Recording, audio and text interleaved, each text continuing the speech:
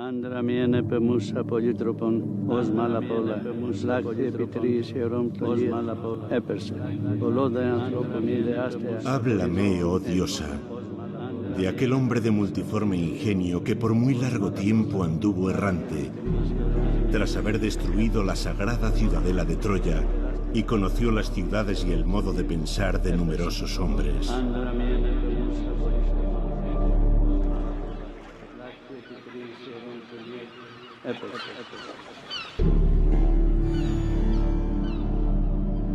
Ahora sitúese en el centro del círculo. 3, 2, 1.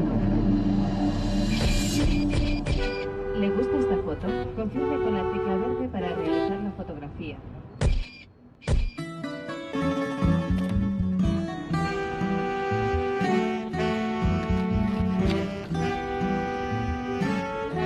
¿El viaje para qué es? Y dices, para conocer, sobre todo para conocer a otros y para conocerte a ti mismo. El propio acto de creación en literatura yo lo entiendo además como un acto de conocimiento, no solamente como el contar una historia a alguien, que también por supuesto, sino también como un acto de reconocerse a uno mismo, de comprenderse a uno mismo y de comprender también lo que es un poco el sentido de la vida, de este caos que es el vivir.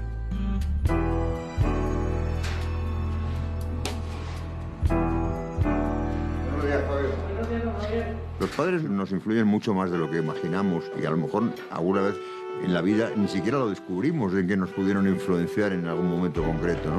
Y entonces mis padres que admiraban sobre todo la figura del escritor, yo de alguna manera quise emularlo y ser esa figura que mis padres admiraban tanto, ¿no?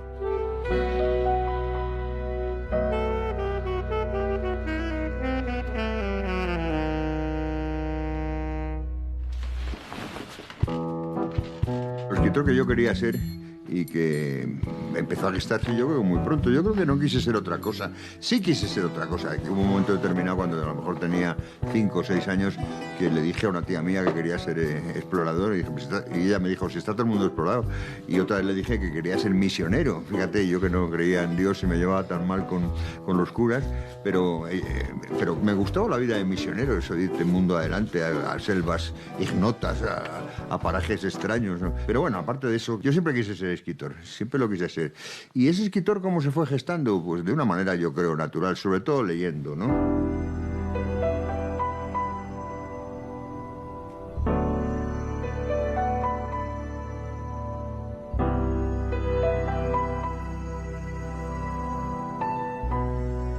Cuando leía a un autor, le consideraba casi un amigo mío.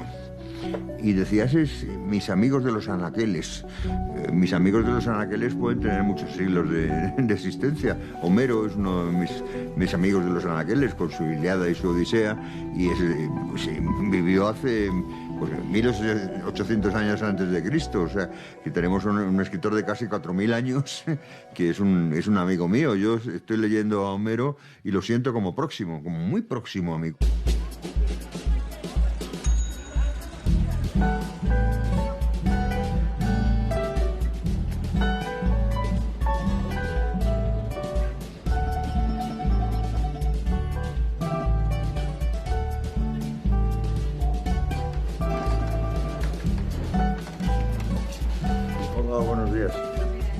¿Quién fue el primer hombre o el primer ser humano que ideó un mapa? Porque es una cosa que te hace pensar. Y dices, vamos, ¿cómo se le ocurrió a nadie mirar el mundo desde arriba? Cuando estamos acostumbrados a verlo en horizontal, en todo caso mirando al cielo, pero cuando miramos hacia abajo vemos nuestros pies y muy poco más. ¿A quién se le ocurrió hacer una visión global de la Tierra vista desde arriba? Bueno, pues aquel ser humano que lo hiciera, evidentemente era un genio. Pero no solamente era un genio, sino que además era un genio que supo ver algo que veían todos. Porque los mapas inmediatamente todos los hemos reconocido como un elemento que forma parte de nuestra vida. Todos ya sabemos que es un mapa. ¿Está en la naturaleza humana? Pues quizás sí, quizá la visión de la Tierra desde arriba está en la propia naturaleza humana, porque, por ejemplo, se cuenta mucho que los primeros exploradores polares perdidos en el lejano norte consultaron con una vieja inuit, una mujer, y empezaron a dibujarle un mapa para ver si podía orientarse, y la mujer inmediatamente reconoció lo que era un mapa y les orientó.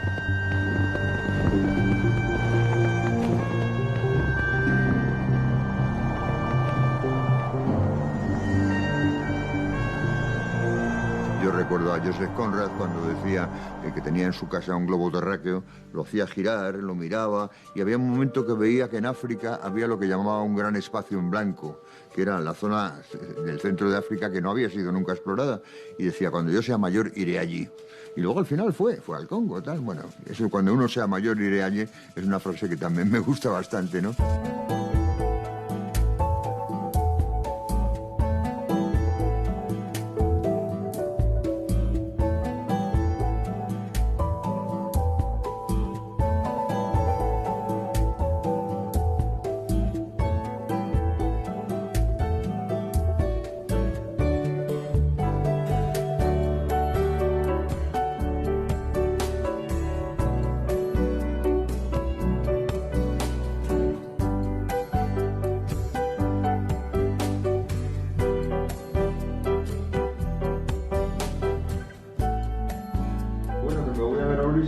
Hasta luego. Dale recuerdos. Vale, yo lo haré.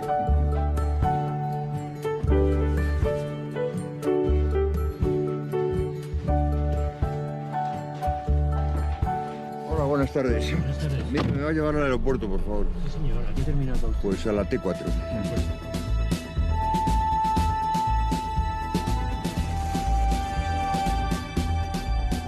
Yo un viaje lo preparo siempre en función de la emoción. Para mí ir a un lugar no es desplazarme a un sitio lejano en el que pues, hay unas ruinas bonitas, hay unos paisajes espléndidos, ¿no? Yo tengo que tener detrás una emoción que generalmente es una emoción literaria. Durante unos meses estoy leyendo todo lo que puedo sobre esos lugares que voy a ir, sobre la historia de ese país o países a los que voy a visitar, leyendo sobre todo historia y literatura, también mucha literatura. ¿Qué literatura en un momento determinado se ha producido?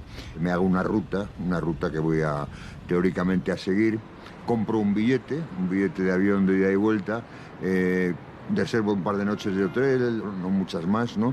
Y siempre el billete que saco es un billete de un estilo muy peculiar, es de los penalizables. Quiere decirse que si cambias el regreso para adelante o para atrás, pues te penalizan con una cantidad, pero te vale el que llevas, ¿no? Siempre me han penalizado. Una vez que tengo todo eso, tengo esa ruta preparada, pues tiro para adelante con un cuaderno de notas pequeño que llevo siempre en mi bolsillo, en el que voy tomando notas constantemente de lo que encuentro. Yo en un viaje para escribir un libro puedo perder todo, puedo perder la ropa, puedo perder el pasaporte, puedo perder el dinero, la máquina de fotos, pero no puedo perder las notas. Si pierdo las notas he perdido el libro.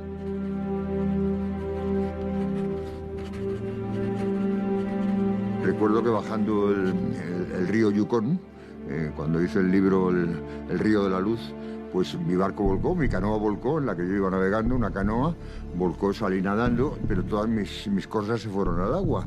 Evidentemente las recuperamos río abajo, pero las bolsas estancas estaban un poco mal y había entrado el agua. Mis cuadernos se mojaron. Por fortuna no se borró la tinta y entonces los tuve, mientras secaba la ropa, colgados. Yo es lo que miraba con más cuidado, más que la ropa, a ver si se secan.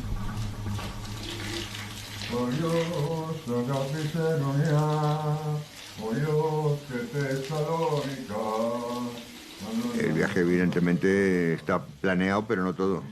Como suelo irme 2 o 3 meses, pues hay momentos en que me aparto del camino, o que surge una idea nueva, o que surge en un momento determinado una historia que me interesa seguir, o una ruta distinta, ¿no? Entonces la sigo. Good night. Καλησπέρα σας. May I have I don't know, perhaps one beer, one very you? cold beer. Yes, you have Alpha. Alpha, of course. Okay, Just Alpha. a moment. Thank you. El personaje lo inventan las tragedias griegas, los propios griegos. Hasta entonces, el personaje es una mezcla de mito, una mezcla de personaje de alguien mágico que recorre en ciertas ocasiones los caminos del mundo, como Gilgamesh, el héroe asirio. In that time, a song which was called something like Proios Agapise. How is the song? Ρωμιός, Romeos. αγάπησε Ρωμιά. You have it here. Of course. Can I leave? Shall I put it? Oh yes, I would like to Okay, much. okay. Thank you. Pero lo que es el personaje, con sus pasiones, con su significado, su manera de ver el mundo distinta a la de otros personajes, su manera de interpretar la vida, su actuación, su forma de actuar sobre las cosas, eso es griego. Rollos, agapiseronia. Rollos et Tesalónica.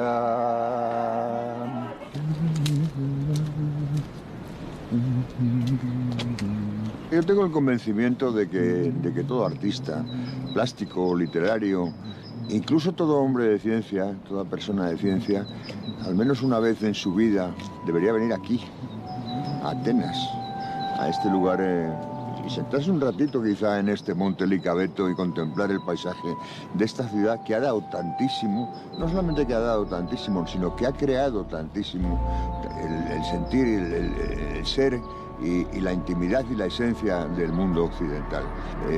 De alguna manera todos somos griegos en el momento que hemos empezado a ir avanzando en el camino de la sabiduría y en el camino de la creación, porque son ellos los griegos, sobre todo en los siglos anteriores a Cristo, en el siglo V, cuando esta ciudad se convierte en el centro de todas las maravillas imaginables para cualquiera que, como yo, crea que la actividad artística es uno de los elementos que configuran más el alma humana.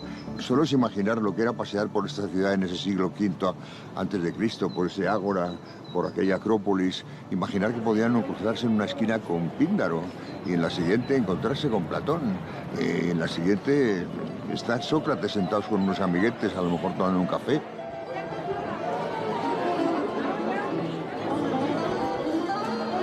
Γεια σας, ορίστε παρακαλώ.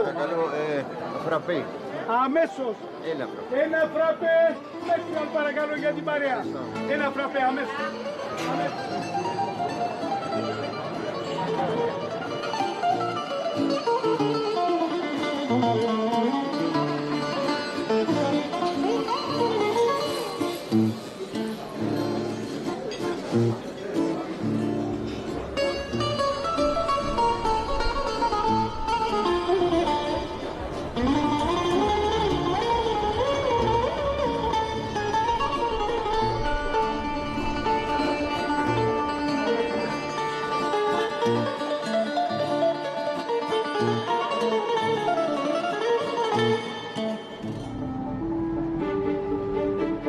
Los que se llaman a sí mismos viajeros suelen desdeñar a los que califican de turistas.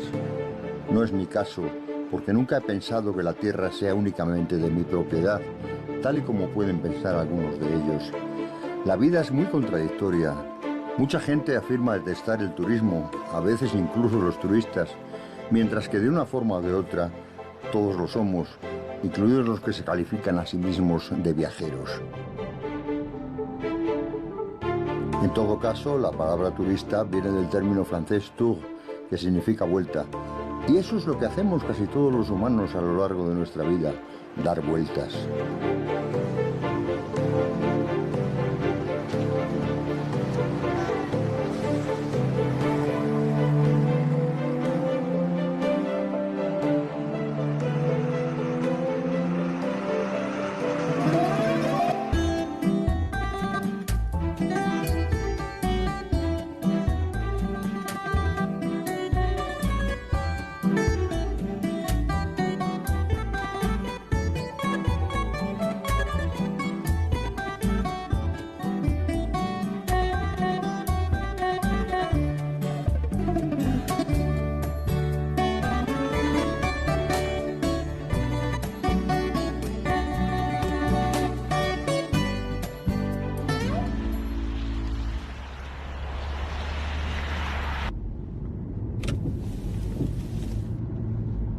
A mí me parece que, de alguna manera, los libros nos enseñan a vivir y, de alguna forma, a mí los grandes libros que me han impresionado me han enseñado a ser de otra manera o a pretender ser de otra manera, por lo menos, ¿no? Desde los clásicos españoles, por supuesto, ¿quién va a volverle la espalda a nuestro gran Cervantes?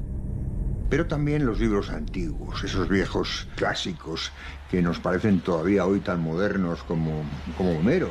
Homero yo leo, y lo leo con frecuencia, la Odisea, o leo con frecuencia la Ilíada, y me parece que estoy leyendo a un contemporáneo, alguien que me está contando cosas que realmente me llegan al alma y me hacen reflexionar sobre la vida. Uno reflexiona sobre la vida no solamente a partir de lo que podría ser el pensamiento teórico o el pensamiento abstracto, sobre las grandes ideas. Uno reflexiona también sobre la vida a partir de las pequeñas cosas y a partir de los sucedidos más cotidianos, a partir de sus propios sueños y a partir de los ejemplos que encuentra en la gente que le rodea y que encuentra en los libros que lee.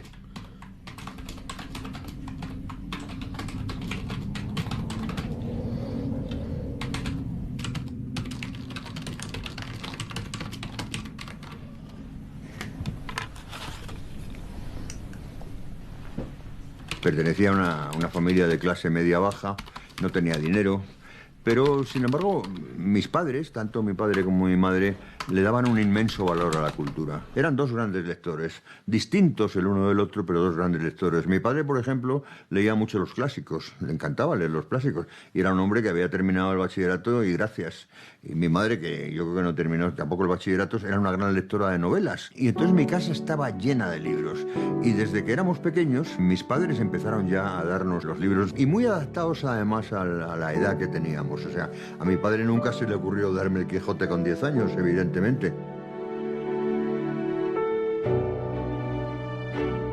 Entonces mis autores entonces, pues quiénes iban a ser, no solamente las versiones infantiles de los grandes, sino que leía mucho a James Oliver Curwood, por ejemplo, que escribía de cacerías en el Canadá, P.C. Wayne, que escribía historias en las que se basaron algunas películas como Boyest, Boideal, Busabril, una serie de novelas de muchas aventuras. Yo leía muchísimo de aventuras, o sea, mi lectura fundamental eran las aventuras. Aventuras que podían ser en Alaska, que podían ser en África, en el lejano oeste americano, y quizá de ahí viene mi vocación viajera, de ir a los lugares donde esas aventuras de niño que viví leyendo, las repetí viviendo, pateando los lugares donde estuvieron aquellos escritores. Hay un tipo de escritores como Mark Twain, como Jack London, Joseph Conrad, Albert Camus, gente que yo admiro muchísimo como escritores y que son capaces en su narrativa de a través de la acción pintar el corazón de muchos seres humanos. De modo que tengo dos mecanismos de trabajo, uno lo acumulado por lo leído y otro lo vivido que voy llevando en el camino, encontrando en el camino, ¿no? Y luego a la hora de escribirlo, evidentemente hay veces que nada más llegar del viaje me pongo a escribirlo, pero hay otras veces que no, que pueden pasar incluso años.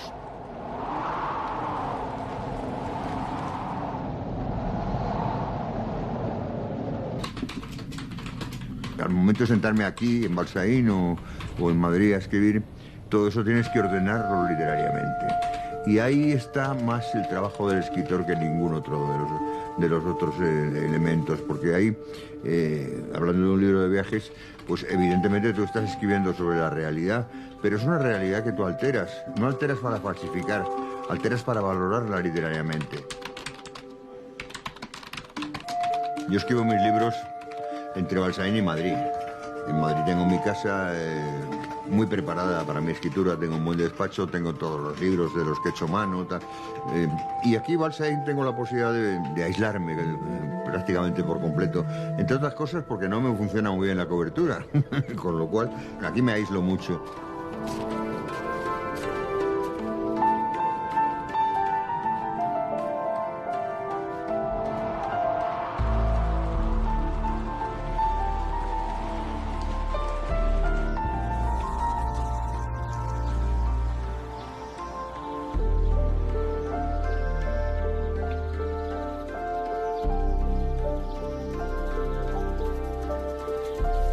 Soy un místico de los lugares que fueron en el marco de acción, de creación y de vida de los escritores, ¿no? Y por eso, por ejemplo, estar en Missolonghi, estar en el lugar donde realizó un poco su sueño poético el gran Lord Byron, ese grandísimo poeta romántico inglés, pues a mí me produce una especie de sensación mística, de sentimiento de misticismo como puede tener un religioso católico si va al Vaticano o puede tener un maometano si va a la Meca. Para mí encontrar los escenarios de la poesía es la verdad, es un acto casi religioso. La espada, la bandera y el campo de batalla, gloria y toda Grecia en torno a mí.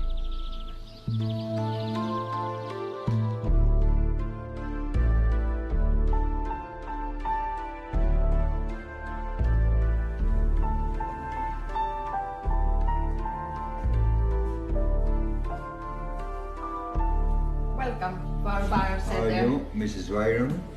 Very well, thank you. You can see other pictures, engravings of figures. Yo tengo mis propios ritos y uno de ellos, un rito literario evidentemente, es que cuando voy a un lugar donde tuvo importancia para la vida de un escritor o para su obra, me gusta rendirle un pequeño homenaje que consiste en leer un pequeño texto suyo que recuerde un poquito el espíritu con que se guió en la vida y he traído, me lo he pasado aquí a mano en un papelito, un verso de Byron que me gusta mucho de la época precisamente que estuvo aquí en Grecia y que publicó en uno de sus últimos libros. Dice así: si reniegas de la juventud, ¿para qué vives? La tierra de la muerte honorable está aquí. Salta al campo de batalla y rinde tu aliento. Busca la tumba del soldado, la mejor para ti. Luego mira alrededor, elige sitio y toma tu descanso.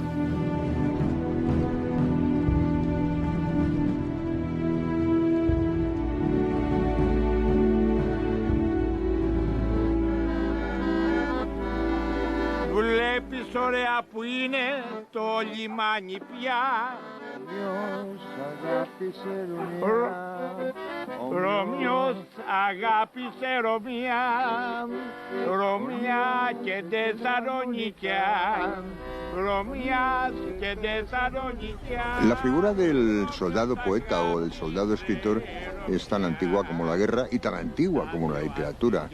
Esquilo, uno de los grandes trágicos, estaba tan orgulloso de su participación en la batalla de Maratón contra los persas que en su tumba, encontrada hace pocos años en Sicilia, siempre decía Esquilo que estuvo en la batalla de Maratón, pero no decía nada sobre sus grandes obras, sus grandes tragedias que merecieron la admiración del público de entonces y del de ahora, desde luego. Otros ejemplos tenemos en Garcilaso de la Vega, por ejemplo, nuestro soldado poeta. Lo tenemos en las brigadas internacionales que combatieron en España, donde venían muchos poetas y muchos intelectuales a luchar por la causa de la libertad contra el golpe fascista. Y lo tenemos, como no, en nuestro gran... Hola Javier, somos una grande de bueno. Corazón, estamos entusiasmados. Vaya sorpresa. Con verdad que sí, lo que hago en la maleta de aquí que he traído. Para conocer Grecia, como leer tus libros, o sea, estamos no solamente esto, sino que todos los que tienes de viaje. Me pone son maravillosos. Madrid. Tenemos una tertulia literaria de amigos. Bueno, yo soy de Madrid también. Sí, lo sabemos. Te seguimos. Pues nada, eso. Bueno, y además de la tertulia, un viaje, ¿eh? Un viaje contigo. Bueno, eso el otro día me decía Teresa, a mí es que me encantaría que viajar con Rebeca. De verdad, ¿eh? Digo, eso no lo vas a conseguir porque siempre vas solo. No, porque no me... La figura del soldado poeta o del soldado escritor la tenemos, como no, en nuestro gran don Miguel de Cervantes Saavedra, que el autor del Quijote, el padre de nuestra literatura, por decirlo así, o el momento más brillante, que combatió aquí en Lepanto, en estas aguas de esta misma bahía, combatió contra el turco a las órdenes de Juan de Austria, a las órdenes de Carlos V, librando una batalla feroz en la que fue herido 3 veces, en la que perdió la movilidad del brazo izquierdo, y que a pesar de eso, a pesar de sus heridas, él dejó dichos cosas como esta, ¿no? Si ahora me propusiesen y me facilitaran lo imposible, quisiera antes haberme hallado en aquella acción prodigiosa, en la batalla de Lepanto, que sano ahora de mis heridas sin haberme hallado en ella.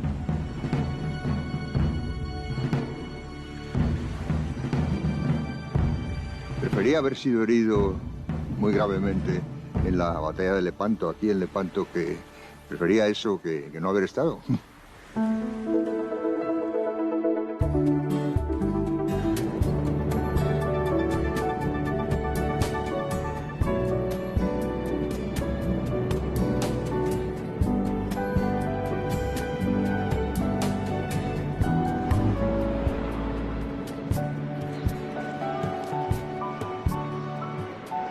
Este barrio yo siempre lo miro con enorme cariño, ¿no? Era un barrio, además, que estaba muy próximo a los escenarios de la guerra que acababa de terminar, en ese Madrid oscuro, en ese Madrid empobrecido, en ese Madrid en el que salías un poco de mi barrio e inmediatamente después ya eran descampados donde todavía había restos de bombas, de bombardeos, donde todavía había casas derruidas.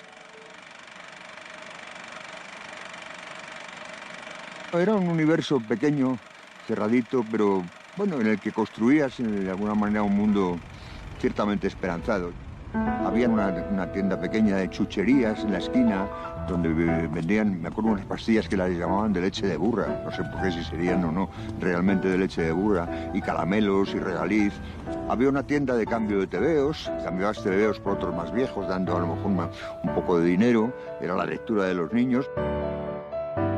Y entonces había algunos muy divertidos. Estaba el tebeo, de ahí viene el nombre, se llamaba TVO. Tenía historias de personajes fantásticos.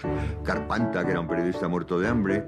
Los periodistas han vuelto a estar muertos de hambre, casi en cierto sentido, pero otros personajes como Zipi y Zape, que eran dos gemelos que hacían muchas barrabasadas, y muchos otros, ¿no? Y luego ya, cuando madurabas un poco, te asomabas a La Codorniz, que era una especie de tebeo de humor, una especie de cómic de humor, en el que, curiosamente, si ahora lo ojeas, te das cuenta de que había una crítica feroz al régimen franquista, pero tan oculta y tan sutil que aquellos mamarrachos de fascistas no eran capaces de entender que era una crítica, no la entendían.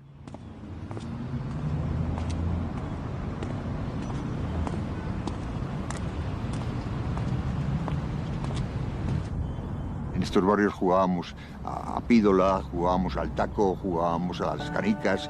Eran muchos juegos en el que el dinero que usábamos no era dinero, era para ganábamos o perdíamos, eran cromos. Bueno, era un universo muy diferente al de ahora. Aquellos eran unos juegos más dependientes de la imaginación, porque no tenías medios económicos para tener otros, claro.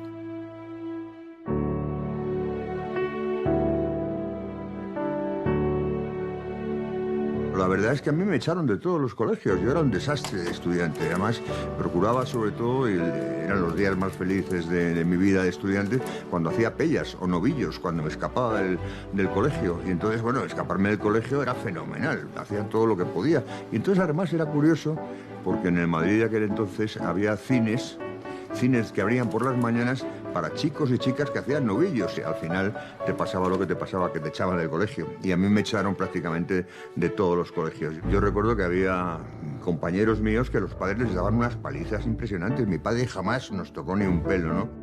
Una vez, que no sé qué perrería habré hecho en el colegio, ya no me acuerdo bien, mi padre tenía que castigarme. Y entonces, ¿qué se le ocurrió? Se le ocurrió cortarme el pelo al cero. Y me cortó el pelo al cero, y yo me acuerdo al día siguiente, me encontraba tan ridículo que una tía mía me dio una caja de zapatos y yo iba con la caja de zapatos puesta para que no se me viera que me habían cortado el pelo al cero. Hubiera sido más digno de pelo al cero, ¿no? Y entonces, siempre durante los años posteriores, mi padre, me acuerdo que me decía que si había algo que se había arrepentido mucho en su vida era de haberme cortado el pelo al cero. Mi padre, sobre todo, no era un hombre rico, no era un hombre que nunca tuvo nada, realmente nunca tuvo ninguna propiedad, y de hecho yo no heredé nunca nada, ¿no? Todo lo que tengo me lo debo a mi trabajo, ¿no? Entonces, pero mi padre sí conseguía, trabajando mucho en 3 o 4 empresas, conseguía en un momento determinado pagarnos unos veranos muy largos. Pero yo recuerdo sobre todo mis veranos de Balsaín, porque me daban mucha ocasión sobre todo de tener contacto con la naturaleza.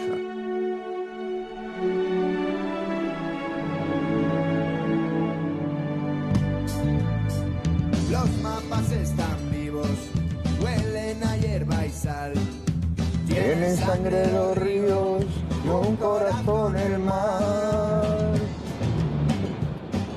La vida siempre viaje y viajar es bailar. Siempre poder ver, nunca querer llegar. Siempre de equipaje, algo bien así. Yo no hice el viaje me hizo a mí.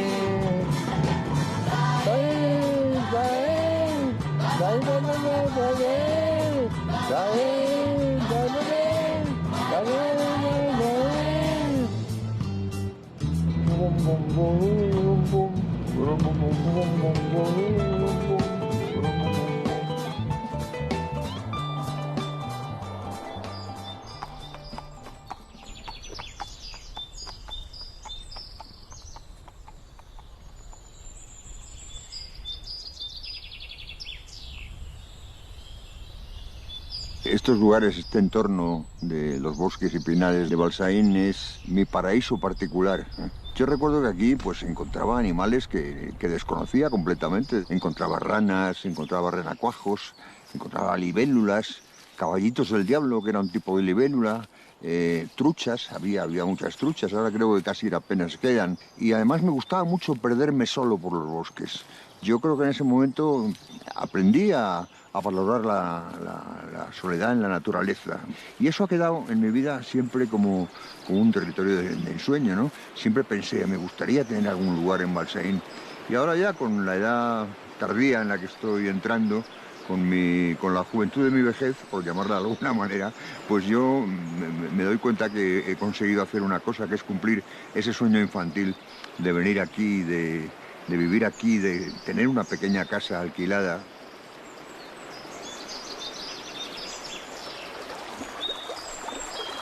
El mundo es hermosísimo, es bellísimo, y el privilegio en un momento determinado de poder haber nacido y haber gozado ese privilegio y de esa hermosura del mundo, me parece que la verdad es un regalo. ¿Un regalo de quién? Del diablo, de Dios, de la aventura, de la naturaleza, de los dioses, de quien sea, pero es un verdadero regalo.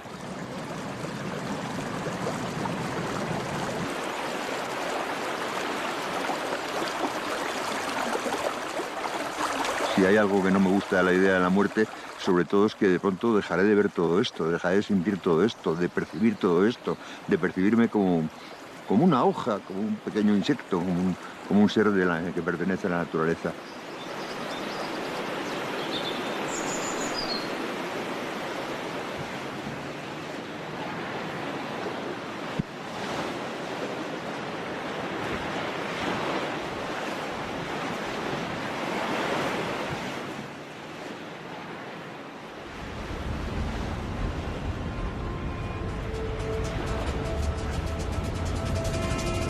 Yo soy un urbanita, yo he nacido en una ciudad, me he criado en una ciudad, he vivido en ciudades distintas de Europa y de América, y mi entorno natural es la ciudad, ¿no? La ciudad es el gran invento, uno de los grandes inventos de la humanidad, te ofrece todo, te ofrece sobre todo una cosa esencial, que es libertad. Tú puedes perderte en una ciudad a diario, te pierdes y durante un día no encuentras a nadie que te conozca ni nadie te conoce a ti. Y eso es estupendo. En las ciudades es fundamental el espíritu que han dejado los escritores, no solamente retratando lo que esas ciudades han sido, sino también incluso dando una cierta impronta a esas ciudades, ¿no? Yo creo que sin los escritores no se puede entender París, no se puede entender Londres, no se puede entender Madrid, no sé, sin Valle Inclán cómo se va a entender Madrid en un momento determinado, por poner un ejemplo concreto, ¿no? Entonces me gusta buscar sus huellas, me gusta buscar las raíces de esos escritores insertadas dentro de esas ciudades, ¿no? Y hay un país, sobre todo, que me llama mucho la atención en Europa y que me gusta mucho, que es Irlanda. Es un país curioso, es un país que no tiene serpientes, es extraño por alguna razón. Ellos lo atribuyen a un santo, pero a San Patricio, pero que las echó de la isla. Pero bueno, es un país sin serpientes, es una cosa curiosa. Y luego es un país lleno de escritores. Y escritores, además, que quizás son los que han hecho la lengua inglesa más rica. Hay gente como Beckett, gente como Oscar Wilde, y bueno, ¿y qué decir de Joyce?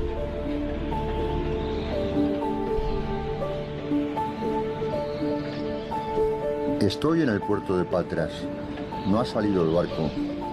Creo que es un día perdido de viaje. ¿Perdido? Quizás ganado. Joyce es un escritor que, de cierta manera, es tenido por un escritor opaco, un escritor difícil de entender, y ciertamente que lo es. Sin embargo, hizo ese libro monumental que es Ulises. Yo creo que es un libro lleno y cargado de sentido del humor. Es un libro en el que se cachondea de muchísimas cosas. Joyce, yo creo que sobre todo era un cachondo, un hombre que era muy crítico con la sociedad en la que nació, muy crítico con el catolicismo en el que se educó, y eso lo trasladó a una novela en la que decidió, yo creo, que reírse de todo. Es un libro a veces obsceno, es un libro que ha sido prohibido en Irlanda y en Estados Unidos por obscenidad y incluso por antirreligioso, ¿no? Yo soy un partidario absoluto de Joyce igual que lo soy de Cervantes. El Ulises de Joyce es el Don Quijote español, de alguna manera, y son herederos al mismo tiempo del viejo Ulises, nuestro querido griego de la isla de Ítaca, ¿no?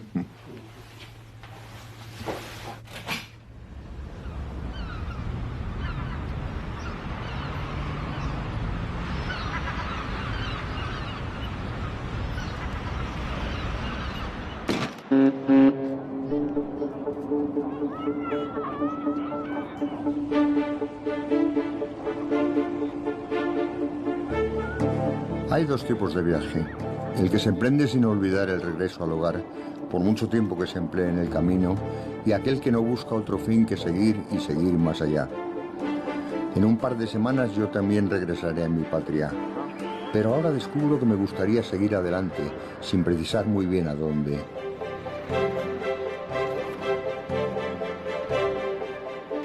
Hice filosofía pura, pero al mismo tiempo estudiaba en la antigua escuela de periodismo y me di cuenta de que el periodismo tenía una cosa que era muy difícil de encontrar en otras profesiones, y sobre todo para un escritor, que es la parte que más se puede parecer, que es que el periodismo te asoma a muchos balcones de la vida, y muy diferentes. Tuve suerte en el periodismo porque fui corresponsal de prensa enseguida. Me coloqué en el diario Pueblo, que era un periódico que en ese momento tiraba mucho más que ningún otro, ¿no?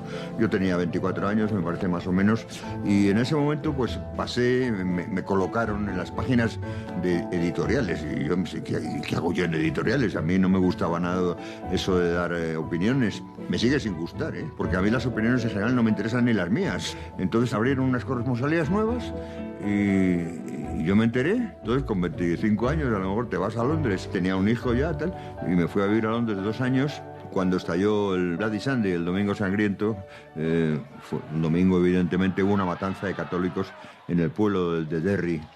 Derry le llaman los católicos Londonderry, los protestantes, ¿no? Y entonces mi periódico me llamó y dijeron, vete, vaya corriendo y escribe lo que sea, porque habían matado 13 católicos, las tropas británicas, los paracaidistas. Bueno, y me fui para allá. Me fui con un compañero de la agencia EFE, Pepe Meléndez.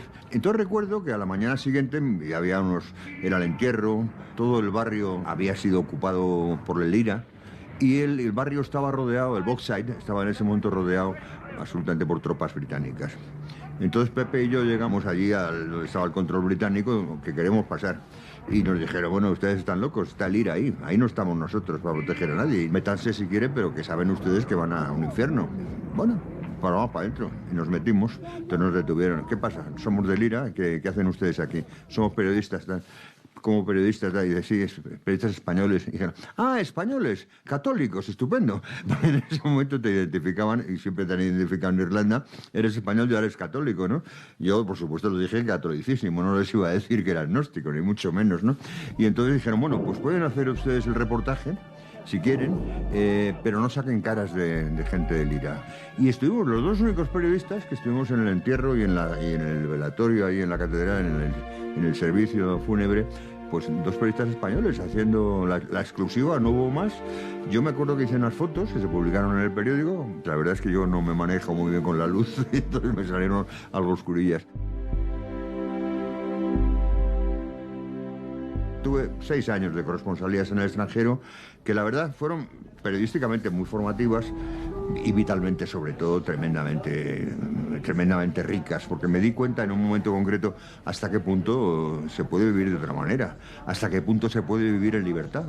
Eso te daba una conciencia enorme de que el mundo podía ser distinto a las butrerías de la dictadura española, ¿no? Luego volví porque ya estaba políticamente muy implicado, muy en la izquierda, muy metido, era militante de un Partido Comunista, en definitiva, no voy a ocultarlo. Y entonces volví a la redacción para vivir la transición, vivirla, conocerla, incluso en mi pequeña medida apoyarla, lo que pudiera desde el lugar en el que estaba la transición hacia la democracia.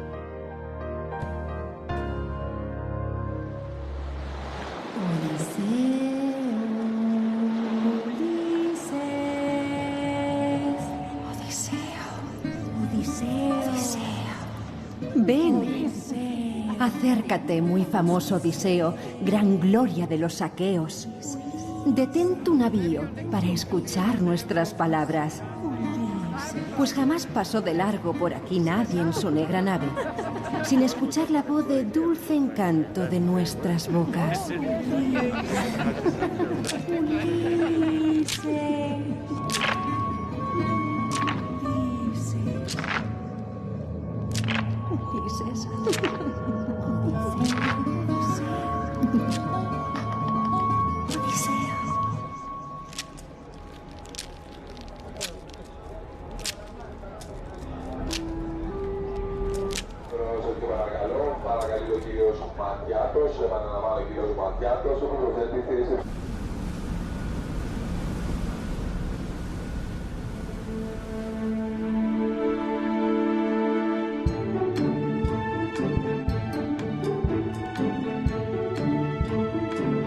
Yo he sido corresponsal de muchas cosas, de acontecimientos políticos, de reportajes de todo tipo.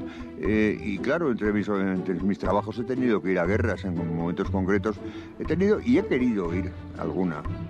Fui sobre todo en Centroamérica, cuando luchaban los nicaragüenses sandinistas contra la Contra, la que se llamaba la Contra, que había armado Ronald Reagan. Y estuve también en Sarajevo, en el cerco de Sarajevo. En Sarajevo entré con un coche como periodista para una revista. Durante 10 días estuve en la ciudad, estuve recorriéndola, andando.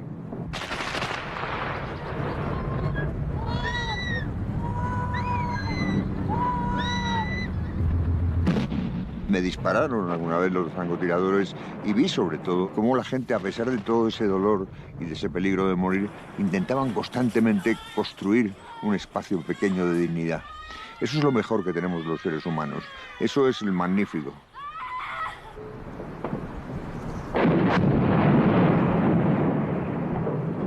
Mi padre siempre decía, mi padre que había hecho 2 guerras, decía que nunca te dé Dios lo que eres capaz de soportar. Somos capaces de soportar muchísimo.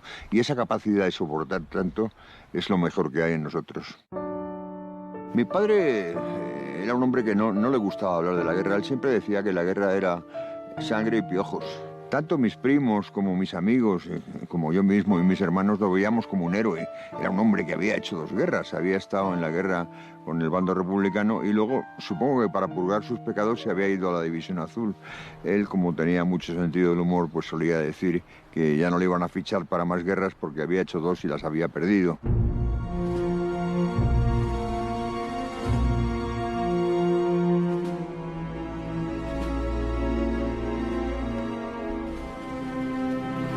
La trilogía que he hecho de la Guerra Civil, que la he terminado hace poco, surgen de un poco de lo que fue una realidad histórica muy próxima a mí. Yo nazco 5 años después de terminar la Guerra Civil y la gente que me trajo al mundo y la gente próxima a los que me trajeron al mundo, mis tíos, mis tías, toda la gente había vivido esa guerra.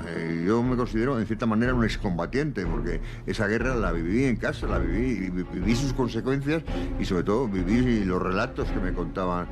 Entonces, la realidad siempre está muy presente y, de hecho, mis libros de ficción tienen mucho que ver con la realidad.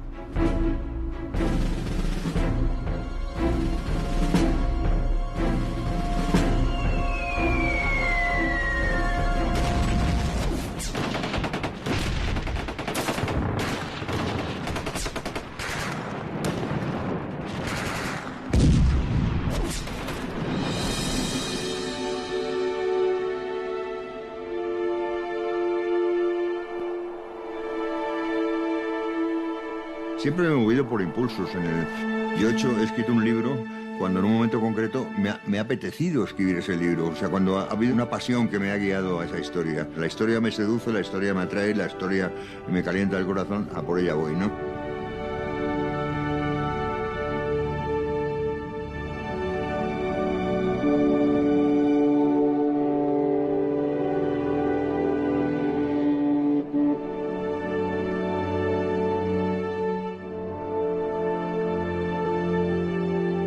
Para ser exactos, yo vine a Ítaca por primera vez en 1999 con la intención de hacer el libro que luego publiqué un año y pico después, Corazón de Ulises.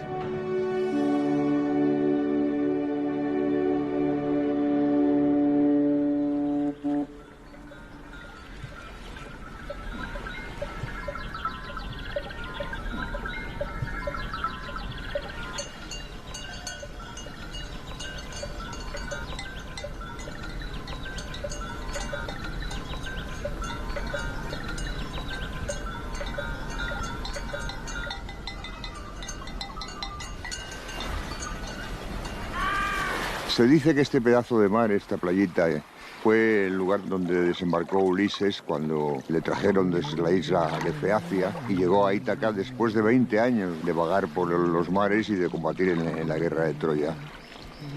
Esto es un territorio mítico en la medida en que pudo llegar aquí Ulises, pero también es un territorio literario, porque bueno, aquí nace, no solamente nace el mito, no solamente nace una serie de leyendas que alimentaron luego y posteriormente toda la literatura griega y buena parte también de la europea, sino que también aquí nació la lengua griega. Los primeros grandes textos escritos en lengua griega son la Odisea y la Ilíada, debidos a Homero, que pudo ser un hombre o pudo ser varios. Nunca se sabrá muy bien quién fue exactamente Homero.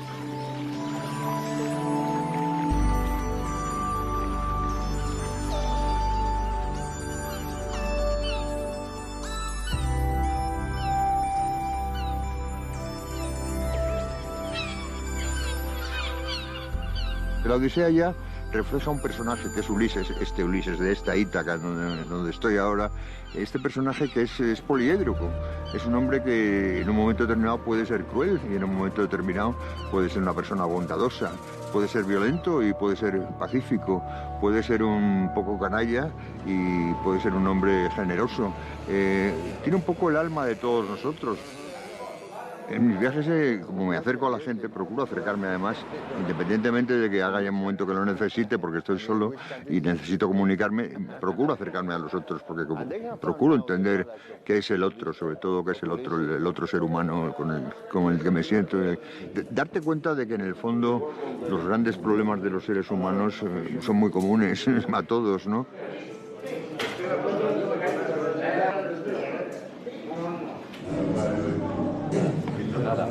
Tenéis que sudar. Ni el cumpleaños me vas a regalar nada. Sí, pero al juego. Mira que lo hemos comentado a veces, Adolfo. Por lo que tú quieras. Vos. 3. Ya está, así que... Venga, 3. Pase negro. Manu Loguineche y yo fuimos grandes amigos de muchas cosas.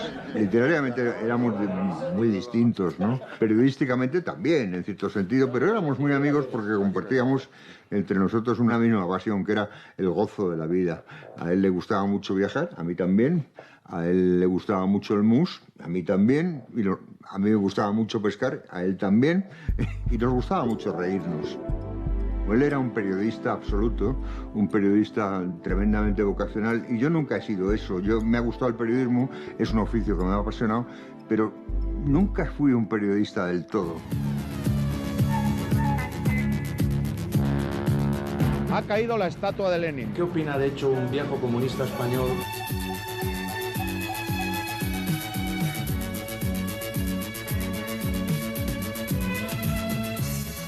Y Manu, cuando estuvo en televisión, mira, en portada, estuvo en un momento determinado de director, pues me fichó para hacer reportajes.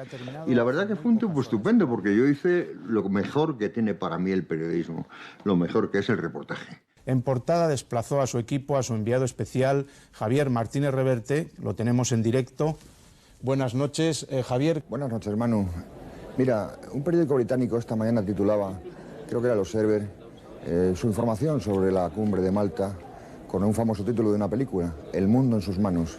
Yo creo que es un título erróneo, porque hoy menos que nunca el mundo estaba en manos de Gorbachev y de Bush, de la Unión Soviética y de los Estados Unidos. Cuando el periodismo empezaba a abandonarlo ya para dedicarme plenamente a la literatura, me surgió la posibilidad de hacer unos reportajes en África. Fui a hacer unos reportajes, pero de pronto me encontré que estaba en África, y fui como para estar unos 15 días, y me quedé 2 meses. En vez de quedarme 15 días, me quedé 2 meses y pico. Y me quedé tan fascinado con todo lo que vi, todo lo que sentí, todo lo que viví, que empecé a tomar notas. Y cuando volví dije, bueno, yo creo que debo hacer un libro sobre África, pero ¿qué libro? Pues digo, yo creo que debo hacer un libro, el libro de viajes. Bueno, el libro lo hice, lo llamé El sueño de África. ¿Y qué pasaba? Pues empezaron las editoriales a rechazarme, lo dijeron, es muy gordo, decían, África no interesa. Tuve un rechazo de 6 o 7 editoriales y al final una decidió publicarlo y ese libro empezó a convertirse en un fenómeno de ventas, ¿no? Y a partir de ahí publiqué otros 2 libros más de viajes por África, luego hice una novela que transcurría en África, luego hice otra novelita que transcurría en África, luego hice otro libro de viajes por África y también una biografía de un jesuita español que fue el primero en llegar a las fuentes del Nilo Azul, Pedro Páez. Total, que acabé haciendo 7 libros de África. He vuelto a África alguna vez más, pero ya no voy a escribir mucho más porque yo creo que le he sacado demasiada sangre a África.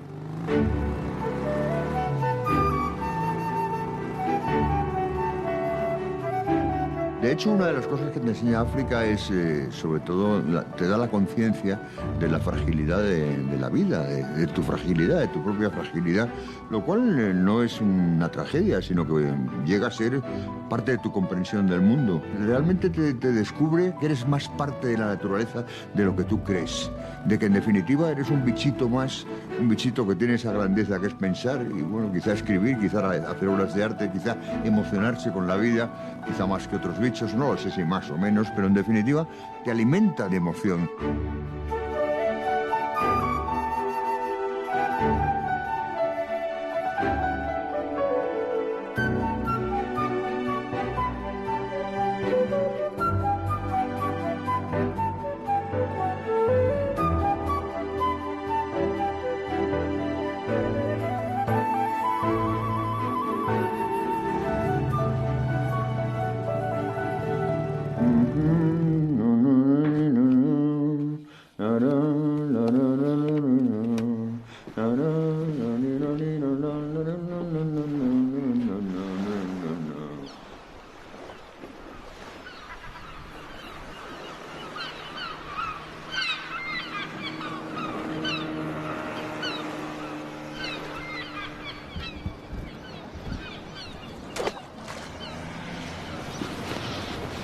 Hello, good morning. Excuse me, the Dimitri's house. Dimitri's house is here. It's on the other side. Dimitri's city is. Okay.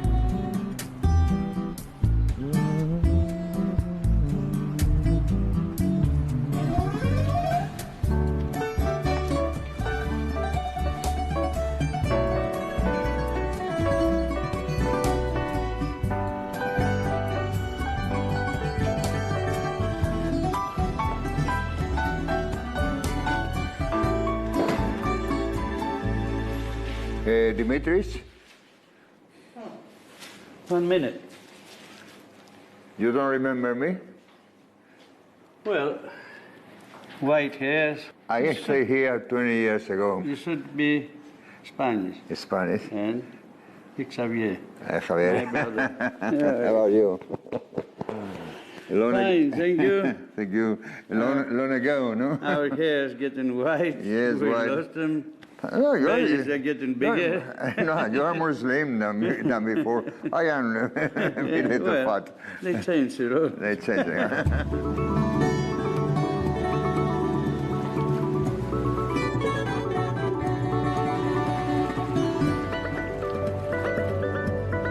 Hay casos que se produce, digamos, una relación inmediata y no sabes muy bien por qué. Es el caso de Dimitris, este amigo que encontré hace 20 años aquí en Ítaca y que he vuelto a ver ahora y que, bueno, pues es una persona con la que no sé las razones muy bien, pues enseguida encajamos, enseguida nos sentimos amigos el uno en el otro. Vimos que había cosas en común, pero no las analizamos demasiado y, bueno, quedamos tan amigos. Me escribió alguna vez, yo le escribí, no había vuelto a verle, nos hemos encontrado y seguimos teniendo una relación de simpatía mutua, de conexión mutua, en la que hay cosas que parece que a los dos nos comunican íntimamente.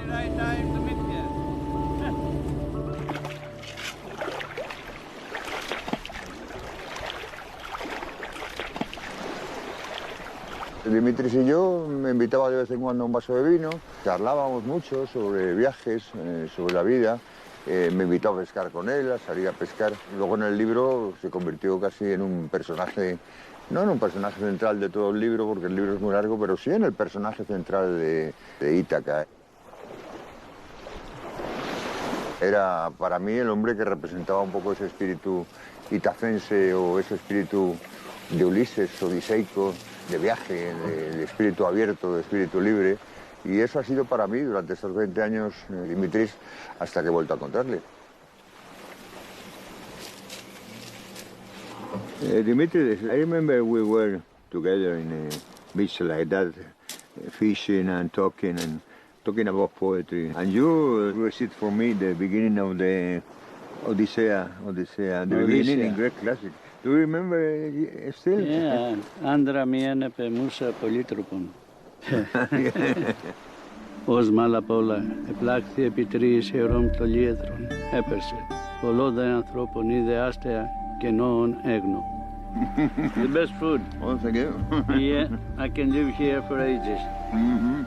Here in the beach is better than in the land, I think.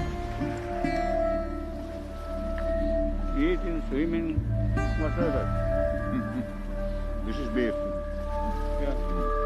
I came the first time, you remember, you let me know here one poem from Cavafis. Do you remember? Don't speak. The silence say everything. Oh. Yeah.